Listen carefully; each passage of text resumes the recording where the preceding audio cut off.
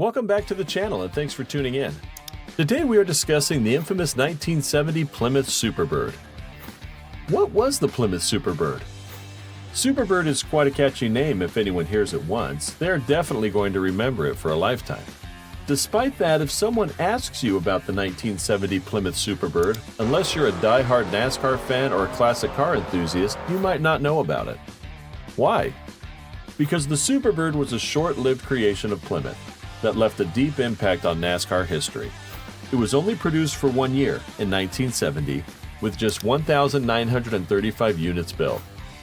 The 1970 Plymouth Superbird is known as one of the first muscle cars to factor aerodynamics, not just engine power.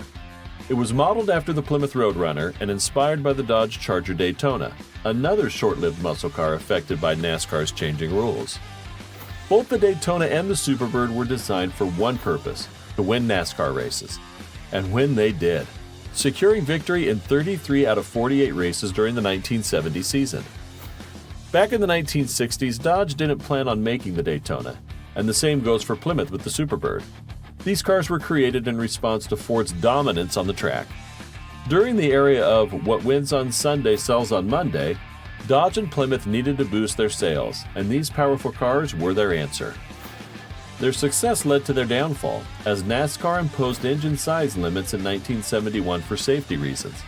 As a result, Chrysler discontinued the Superbird and it never returned to showrooms or racetracks.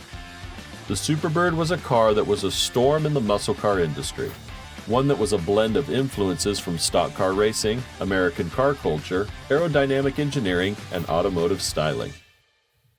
The brief history of the Plymouth Superbird.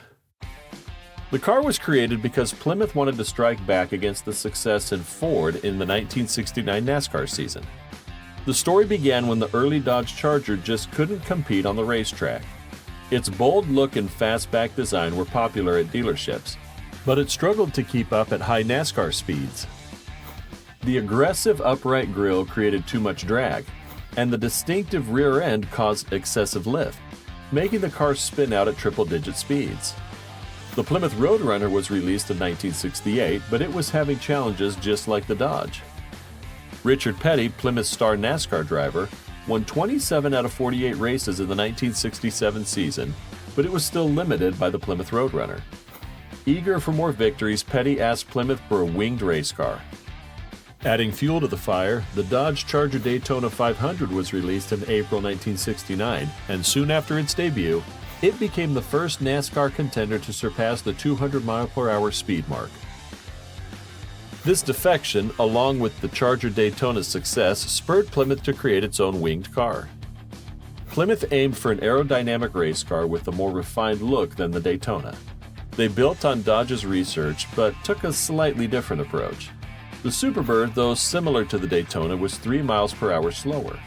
However, it had enhanced looks with a higher rear wing and a redesigned 20-inch longer nose, making it sleeker with better downforce. Under the hood, the Superbird boasted a big block Hemi V8 with 433 horsepower and 472 pound-feet of torque. It also featured a re-engineered camshaft, intake manifold, custom exhaust system, and roll cage.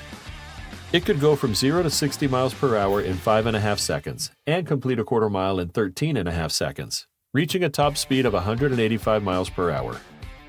Buyers had several engine options to choose from. The NASCAR 426 Hemi was a popular choice, usually paired with a 4-speed manual transmission, though the Chrysler 3-speed TorqueFlite automatic was also available. Additionally, there were 2 versions of the 440 Super Commando V8, offering either 375 or 390 horsepower. While most buyers opted for the 440 V8, only 126 Superbirds were built in this configuration, making it the rarest choice. With the Superbird ready, Richard Petty secured 8 victories in the 1970 NASCAR season, proving the Superbird's worth. However, this success was fleeting.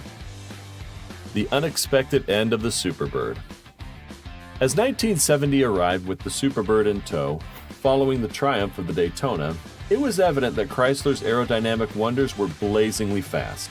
Breaking the 200-mile-per-hour barrier ultimately revolutionized racing. This incredible speed posed a significant safety challenge for NASCAR. Safety technology hadn't kept pace, and neither had tires nor brakes engineered for such velocity. In response, NASCAR implemented new regulations to rein in the performance of aero cars. These measures included capping engine displacement at 350 cubic inches. While larger engines were allowed, they came with added weight penalties. It was a new equation that didn't quite add up for the Superbird, leading Plymouth to retire the car soon after. The exit of the Superbird from racing coincided with the end of its street-legal production run. When was the Superbird brought to the general public? Chrysler executive Bob McCurry once said, "The Dodge Charger Daytona is the ugliest car I have ever seen." The same goes for Plymouth. Its unconventional appearance was not something that could appeal to the average buyer. NASCAR homologation rules of 1968 demanded that manufacturers produce at least 500 identical cars for public sale, because the cars raced in NASCAR must be available for public purchase. While the Superbird was still developing in 1970, NASCAR regulations shifted to demand that manufacturers produce enough cars to match one sale per dealership. For Plymouth, this meant they needed to make closer to 2,000 cars rather than the previous requirement of 500. So, close to 2,000 Plymouth Superbird cars were created. Buyers had the option of bench seats in both rows or swapping the front bench for bucket seat. Plymouth cleverly made the vinyl top standard to streamline painting. Prices for the Superbird started at just $4,300. 7 different colors were available. But unfortunately, all these efforts went down the drain. This car didn't quite capture the hearts of the public. Superbirds languished on dealership lots just to gather dust. Some dealers even removed the distinctive nose and wing, trying to pass off the car as a regular roadrunner, but still could not capture the attention. This added to the brand's hesitation in continuing production beyond its debut year. Superbird recent auctions. When the Superbird debuted, its distinctive appearance could not melt the hearts of muscle lovers at the time. But now it's revered as a classic winger warrior that most muscle car lovers want to purchase, no matter the cost. This holy grail of American classic cars is now sold for millions of dollars. In 2023, an unrestored 1970 Plymouth Superbird sold for a hammer price of over $200,000. It might sound like a lot, but for a rare Superbird like this, it's actually a steal. Restored Superbirds can go for even more. In fact, at another auction, one sold for a whopping $550,000. In the 2022 Barrett-Jackson Scottsdale auction, a Superbird was sold for a staggering $990,000. But the most recent record-breaking deal was made in July of 2022 in the Barrett-Jackson Las Vegas auction. The bid for a Superbird went to $1 million in no time. And then out of nowhere, one bidder boldly raised the stakes to a jaw-dropping $1.5 million. The Superbird even made its way into pop culture. Remember the King from Disney Pixar's Cars? That character was inspired by Richard Petty's actual Superbird. The King sports a vibrant Dynaco blue paint job and the Dynaco sponsor logo along with the number 43.